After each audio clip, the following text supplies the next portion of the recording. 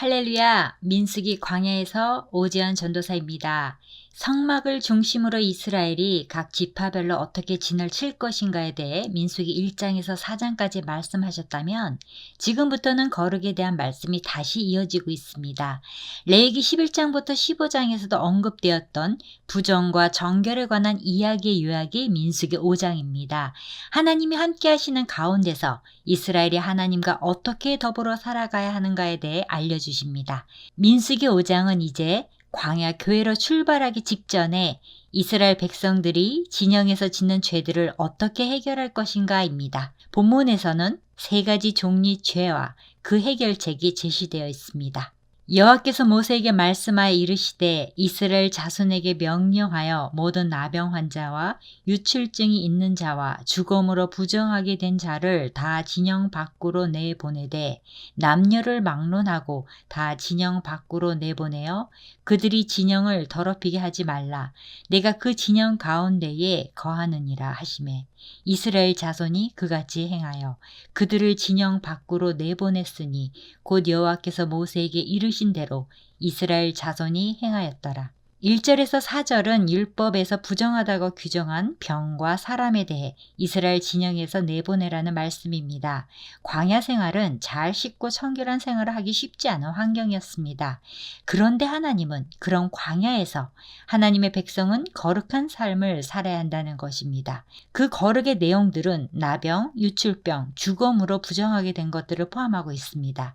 질병이 저주는 아닙니다. 그럼에도 하나님의 거룩한 진영 속에서 생활할 수 없다고 말씀합니다. 진영 밖은 보호받지 못하는 것입니다. 그래서 나병의 진단과 확진은 신중의 신중을 기했던 것을 알 수 있습니다. 나병의 위생과 관련된 것이라면 유출병은 무엇인가가 흘러나오는 것으로 성생활과 관련되어 있습니다. 여기서 부정하다는 것은 도덕적 죄가 아닌 의식적 부정을 의미합니다. 부정한 자들을 진영 밖으로 내보내 진영을 더럽게 하지 말라고 하십니다. 그 이유는 거룩하신 하나님이 이스라엘 진영 중에 계십니다. 이스라엘은 하나님이 거하시는 진영을 더럽히지 말고 정결하게 해야 합니다. 그래야 하나님이 이스라엘과 함께 하실 수 있습니다. 여호와께서 모세에게 말씀하여 이르시되 이스라엘 자손에게 이르라. 남자나 여자나 사람들이 범하는 죄를 범하여 여호와께 거역함으로 죄를 지으면 그 지은 죄를 자복하고 그 죄값을 온전히 갚되 5분의 1을 더하여 그가 죄를 지었던 그 사람에게 돌려줄 것이요. 1절에서 4절은 신체적으로 누구나 확인할 수 있는 부정이라면 5절부터 10절은 자신이 시인하고 회개하지 않으면 누구도 할 수 없는 부정에 대해 다룹니다. 특히 6절에서 말하는 사람들이 범하는 죄는 그 의미상 사람들에게 저지른 죄를 할 수 있는데요. 공동 번역에서는 남에게 손해를 입혀라고 기록합니다. 이때 자기 잘못을 시인하고 바로잡아야 하는데 피해자에게 끼친 손해의 5분의 1, 곧 120%로 배상하라고 하는데요. 충분한 보상을 통해 피해자의 마음을 만족시켜 관계가 회복되게 하기 위함입니다. 어떤 사람은 자신이 이웃에게 죄를 지었지만 하나님께 용서받았으니 다 되었다고 생각하며 심지어 그 피해자 앞에서 그 사실을 당당하게 말합니다. 또한 어떤 사람은 다짜고짜 물질적 배상만 하고자 합니다. 그러나 마음을 어루만지지 않고 돈으로 무마하려 할 때 상대방이 상처받고 분노하게 됩니다. 사람은 마음을 가진 존재이며 영혼의 소유자이기 때문입니다. 그러므로 이웃에게 손해를 끼쳤다면 마음으로 죄를 자복하고 죄값도 지불해야 합니다. 피해를 끼치기 전의 상태로 원상복구를 해주되 정신적, 시간적 피해를 끼쳤기에 20%를 추가하는 것입니다. 이것은 최선을 다한 보상인 셈입니다. 이러한 규정은 죄를 함부로 짓지 못하게 하는 범죄 예방의 기능도 합니다. 마태복음 5장 23절부터 24절을 보시면 하나님께 예물을 드리러 가다가도 형제에게 원망 들을 만한 일이 생각나면 먼저 가서 형제와 화목하고 그리고서 예물을 하나님께 드리라고 했습니다. 죄가 있는 곳에는 가해자, 피해자도 있습니다. 하나님의 공동체 안에 범죄가 일어나게 되면 가해자, 피해자도 생기고 공동체 안에 갈등과 불화가 생기게 됩니다. 일치 단결하여 싸워야 할 군대가 서로를 신뢰하지 못하고 다툰다면 그 군대는 적과 싸우기 전에 스스로 무너질 것입니다. 또한 중요한 것은 거룩이 하나님과의 관계만을 의미하지 않는다는 사실입니다. 하나님은 이웃과의 관계에서 죄를 범한 것에 대해 분명하게 말씀합니다. 개인적인 청결에서 더 나아가 대인 관계도 신앙생활의 영역입니다. 기도만 많이 하고 예배 잘하는 것을 거룩이라고 말씀하지 않으시고 일상생활에서의 청결과 성생활과 심지어는 시체에 접촉하는 것까지도 신중히 살피라고 말씀하신 것입니다. 더 나아가 이웃과의 관계에서도 죄를 범하지 말아야 합니다. 그러므로 진영 안에서의 생활은 이웃과의 관계를 포함하고 있습니다. 이제 우리는 진영 안에서 살아갔던 이스라엘 백성들보다 더 거룩한 삶을 살아야 할 책임을 깨닫게 해줍니다. 내가 어디에 있느냐는 이제 중요하지 않습니다. 어디에 있든지 내 안에 거룩하신 주님을 모시고 살아가기 때문입니다. 만일 죗값을 받을 만한 친척이 없으면 그 죗값을 여호와께 드려 제사장에게로 돌릴 것이니 이는 그를 위하여 속죄할 속죄의 숫 양과 함께 돌릴 것이니라. 이스라엘 자손이 거제로 제사장에게 가져오는 모든 성물은 그의 것이 될 것이라. 각 사람이 구별한 물건은 그의 것이 되나니 누구든지 제사장에게 주는 것은 그의 것이 되느니라. 만약 피해자도 없고 그 값을 대신 받을 친척도 없으면 하나님께 바치도록 하여 그 몫을 제사장에게로 가져오겠습니다. 거제로 드린 제물을 제사장에게 주는 것은 제사장도 먹고 살아야 하는 사람인 것입니다. 이것은 외면할 수 없는 한 사람으로 사는 생활과 관련된 것입니다. 우리가 왕 같은 제사장으로 살아가는 시대이지만 목회자의 삶은 이 시대의 제사장들과 크게 다르지 않습니다. 결국 진영 안에서의 거룩은 전인적인 생활입니다. 11절부터 31절은 부부 관계의 신뢰에 대해 아내의 간통을 밝히는 절차에 대한 말씀입니다. 부부 관계는 신뢰의 관계여야 합니다. 본문은 의심이 생길 때 극복하는 법을 말씀하십니다. 여호와께서 모세에게 말씀하여 이르시되 이스라엘 자손에게 말하여 그들에게 이르라.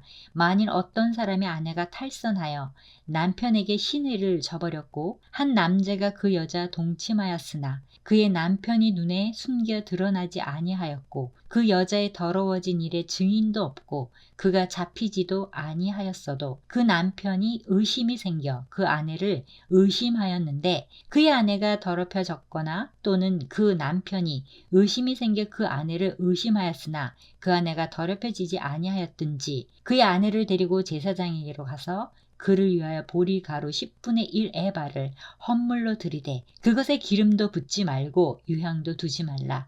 이는 의심의 소재여 죄악을 기억나게 하는 기억의 소재라. 만일 어떤 아내가 탈선하여 남편에게 시내를 저버렸습니다. 한 남자가 그 여자 동침하였으나 그 남편의 눈에는 드러나지 않았습니다. 그 여자의 더러워진 일에 증인도 없고 그 여자가 현장에서 잡히지도 않았습니다. 아무런 증거물이 없습니다. 혹은 남편이 여자에 대해서 의심이 생겨 질투하는 경우가 있습니다. 이때는 실제 아내가 더럽혀진 경우일 수도 있고 더럽혀지지 않은 경우일 수도 있습니다. 하나님은 이런 의심의 문제와 질투의 문제를 해결하여 믿음의 관계를 회복하시기를 원하십니다. 남편은 제사장에게 아내를 데리고 가서 보리가루 10분의 1 에바를 하나님께 헌물로 드립니다. 그것에는 의심의 제물을 드리는 것이므로 맛을 내는 기름을 붓거나 유향을 넣지 않습니다. 감사의 예물이 아니기 때문입니다. 이것은 남자에게는 의심할 때 드리는 의심의 소재요. 여인에게는 죄를 기억나게 하는 기억의 소재입니다. 두 가지 가능성 가운데 어느 것도 확정할 수 없을 때 남편은 아내를 데리고 제사장에게 갑니다. 제사장은 그 여인을 가까이 오게 하여 여호와 앞에 세우고 그 절차는 여성을 제사장 앞에 나오게 한 다음 맹세를 하게 하고 2번 아멘으로 화답하게 하는 것입니다. 그 과정에는 저주의 쓴물을 마시게 하는 것도 포함되어 있는데요. 실제로 불륜을 저지른 여성은 배가 붓고 넓적다리가 마르는 신체적 고통과 불임의 저주를 받게 된다고 하셨습니다. 반면에 순결한 여성은 그 해를 받지 않고 임신의 복을 받게 된다고 말씀했습니다. 이런 절차를 한마디로 의심의 법이라 불렀습니다. 이러한 방법은 의학적으로나 일반 상식으로 이해할 만한 방법은 아닙니다. 그것은 오직 의심 혐의를 받은 여인의 순결 여부를 판단하는 최종적 심판자는 하나님이시라는 것을 전제로 한 판단 방법입니다. 의심의 소재, 제사장의 저주 선언과 여인의 맹세, 쓴물을 마시는 행위 등은 다만 형식적인 절차에 불과합니다. 쓴물에 어떤 효용이 있어서 여인의 간통 여부를 가렸던 것이 아니라 만물을 적나라하게 감찰하신 하나님께서 직접 이 문제에 개입하셔서 순결한 여인은 보호하시고 부정한 여인에게는 벌을 내리시는 것입니다. 여인의 심정은 어땠을까요? 죄가 드러나는 판결 앞에 많은 여인은 범죄 여부에 따라 두렵고 떨림과 슬픔과 억울함과 분노와 감사가 어우러졌을 것입니다. 아내를 이 심판대에 올린 남편도 괴로움으로 지켜보았을 것입니다. 하나님께서는 무죄인 여인은 아무 해를 받지 않고 장차 임신하게 됩니다. 임신은 고대 사회에서 결혼한 여인에게 있어서 어느 것과 비교할 수 없는 큰 위로입니다. 하나님께서는 남편의 의심을 받았던 그 상처로부터 생명을 허락하심으로 위로하시는 것입니다. 특별히 아내만 이 문제를 다루는 것은요, 가부장적 문화 속에서 간통의 의심을 받은 아내는 폭력과 괴롭힘을 당하기 쉬웠습니다. 이런 경우 해결하는 방법으로 제시된 것은 의심의 소재라는 것을 드리며 하나님께 맹세하게 하는 절차인데요. 간단히 말해 사람이 알 수 없는 영역이기 때문에 하나님께 결과를 맡긴다는 의미입니다. 즉 의심된다고 아내를 학대하거나 버리지 말고 그녀가 정말 죄를 지었다면 하나님께서 심판하실 것이라고 믿고 하나님께 맡기라는 것입니다. 의심은 인간관계를 힘들게 만듭니다. 특히 의처증이나 의부증은 상대를 거의 죽음에 이르기까지 합니다. 사람이 꼭 치료해야 할 핵심적인 마음의 병은 의심병입니다. 특히 하나님의 존재를 의심하면 삶의 기본 틀이 무너지고 은혜도 멀어집니다. 따라서 이런 의심의 법의 역할은 연약한 여성들을 남성의 폭력으로부터 구하는 여성을 보호한다는 의미와 함께 범죄 예방, 가정의 순결을 지키는 기능을 담고 있었습니다. 가정은 이스라엘 공동체의 세포와 같습니다. 가정이 파괴되면 공동체가 파괴됩니다. 가정의 핵심은 부부관계입니다. 부부가 서로 신뢰하고 존경하지 못하면 사회 전체가 의심과 불신의 사회가 됩니다. 남편이 아내를 믿지 못하면 남편은 칼을 잡고 전쟁에 집중할 수 없습니다. 남편이 아내를 신뢰할 때 이스라엘 공동체는 승리하는 공동체가 될 수 있습니다. 마무리합니다. 이스라엘 진영을 더럽혀서는 안 되는 이유는 거룩하신 하나님이 계시기 때문입니다. 하나님이 함께 계셔야만 광야의 행진과 가나안 정복 전쟁에서 승리할 수 있습니다. 그런데 그 하나님과 함께하는 조건은 거룩입니다.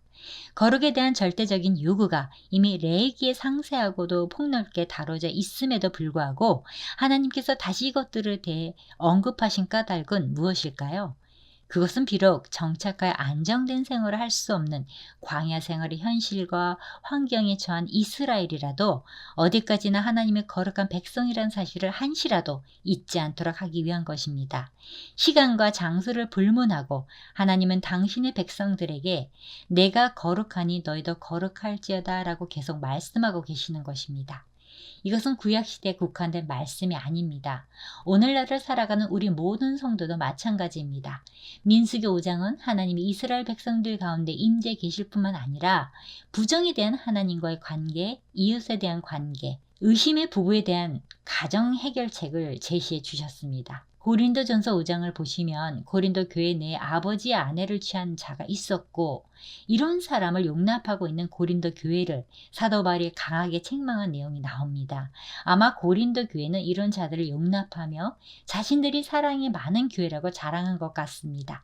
하지만 바울은 그러한 자랑이 옳지 않다고 책망하며 그런 자를 교회 밖으로 쫓아내는 것이 그 사람도 구원하고 교회도 지키는 것이라 가르쳤습니다. 사도 바울은 적은 누룩이 온 덩이에 퍼진다고 했습니다. 그는 교회는 누룩 없는 떡과 같으므로 교회 안에서 묵은 누룩을 내어버려야 한다고 말했습니다.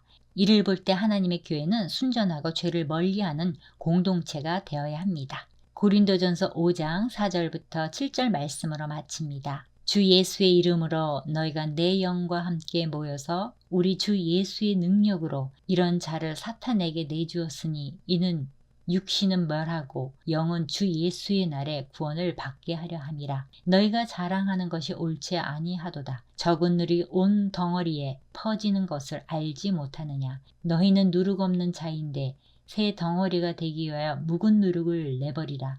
우리의 유월절 양 곧 그리스도께서 희생되셨느니라. 아멘.